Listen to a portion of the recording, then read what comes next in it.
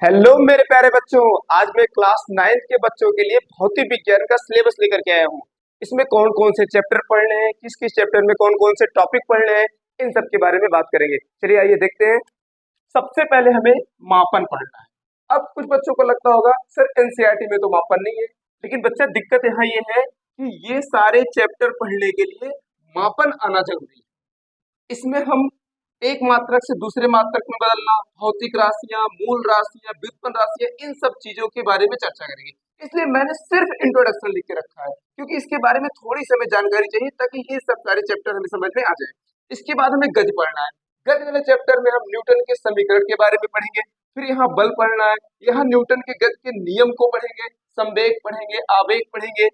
फिर यहाँ गुरुत्वाकर्षण पढ़ना है, गुरुत्वाकर्षण पढ़ना है। फिर यहाँ दाब, या इसी को एक स्पेशल भाषा में प्रणोद भी बोलते हैं। फिर हमें कार्य सामर्थ्य ऊर्जा पढ़ना है। फिर हमें ध्वनि पढ़ना है।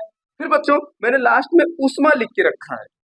अब उसमें तो एनसीईआरटी में फिर नहीं है, लेकिन इसकी चर्चा इंट्रोडक्शन के रूप में थोड़ा सा करेंगे, ताकि जब हम 11 में पढ़े तो हमें ऐसा ना लगे कि सर ऊष्मा यानी हीट के बारे में तो हमने सुन के नहीं रखा था। आप थोड़ा सा ध्यान रखना कि एनसीईआरटी में कुछ कुछ चैप्टर एक साथ मिला दिया है। जैसे उन्होंने गुरुत्वाकर्षण और दाब प्रणोद को एक साथ मिला दिया है, तो हम लोग इसको छोटे छोटे चैप्टर में बांट करके पढ़ेंगे, ताकि हम बहुत ज्यादा प्रॉब्लम हमको ना हो। और इसीलिए हम इसको छोटे छोटे चैप्टर में क्या करेंगे, डिवाइड करके पढ़ेंगे। तो मापन का हम सिर्फ इंट्रोडक्शन करेंगे, ऊष्मा का इंट्रोडक्शन करेंगे, बाकी सारे चैप्टर के बारे में हम अच्छे से इसको पढ़ेंगे। इसको आप अपनी कॉपी में नोट कर लीजिए।